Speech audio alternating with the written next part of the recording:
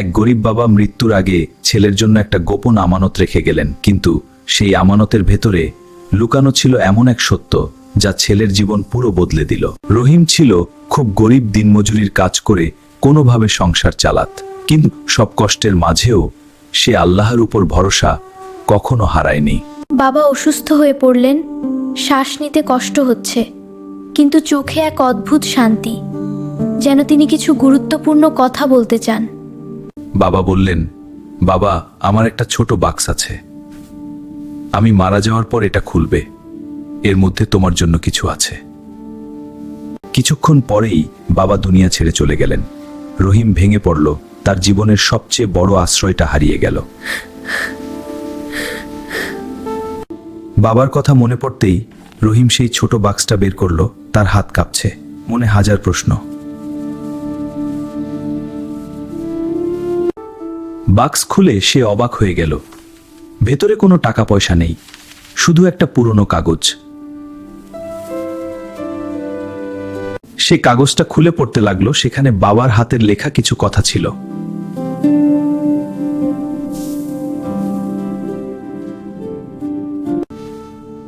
বাবা, আমি তোমার জন্য কোনো টাকা রেখে যেতে পারিনি, কিন্তু একটা জিনিস রেখে যাচ্ছি, সৎ থাকা আর আল্লাহর পথে চলা। এই কথা পরে রহিমের চোখে পানি চলে এলো। সে বুঝতে পারল এটাই ছিল সবচেয়ে বড় সম্পদ।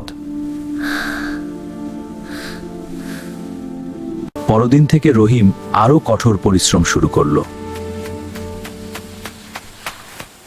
কিন্তু এবার তার মনে ছিল বাবার শিক্ষাদান।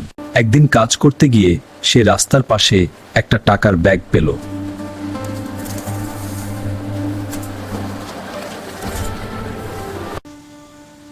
তার মনে দ্বন্দ্ব শুরু হলো, এই টাকা নিয়ে নিলে আমার কষ্ট দূর হবে, কিন্তু এটা তো আমার না। হঠাৎ বাবার কথা মনে পড়ল, সৎ থাকো, আল্লাহ সব দেখেন। এই কথাটা তার হৃদয়ে গেঁথে গেল। রহিম সিদ্ধান্ত নিল, না, আমি অন্যের হক নষ্ট করব না, আমি এই টাকা ফিরিয়ে দেব। সে অনেক খুঁজে অবশেষে সেই টাকার মালিককে খুঁজে পেল। এই যে আপনার টাকার থলে, আমি এটা খুঁজে পেয়েছি। এই নিন আপনার টাকা, আমি এটা রাস্তা থেকে পেয়েছিলাম, এটা আপনার হক। আলহামদুলিল্লাহ, তুমি একজন সৎ মানুষ। আল্লাহ তোমার কর্তব্য ছিল, তোমার মতো মানুষই সমাজের দরকার। লোকটি অবাক হয়ে বলল, এখনো এমন সৎ মানুষ আছে? আল্লাহ তোমাকে অনেক বড় করবেন।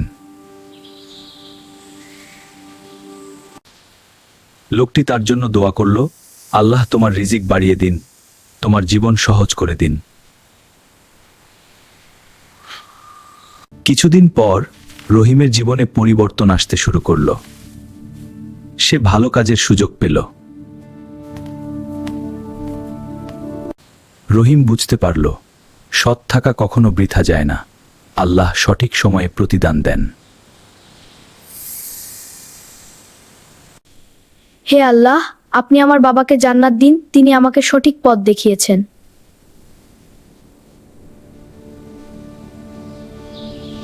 সে প্রতিদিন বাবার জন্য দোয়া করতে লাগলো আর নিজের জীবন সৎভাবে চালাতে লাগলো। সে বুঝতে পারল সবচেয়ে বড় আমানত টাকা না, বরং সৎ জীবন আর আল্লাহর ভয়। মনে রেখো, দুনিয়ার সম্পদ একদিন শেষ হয়ে যাবে, কিন্তু সৎ কাজ আর আল্লাহর পথে চলাই তোমার আসল সম্পদ।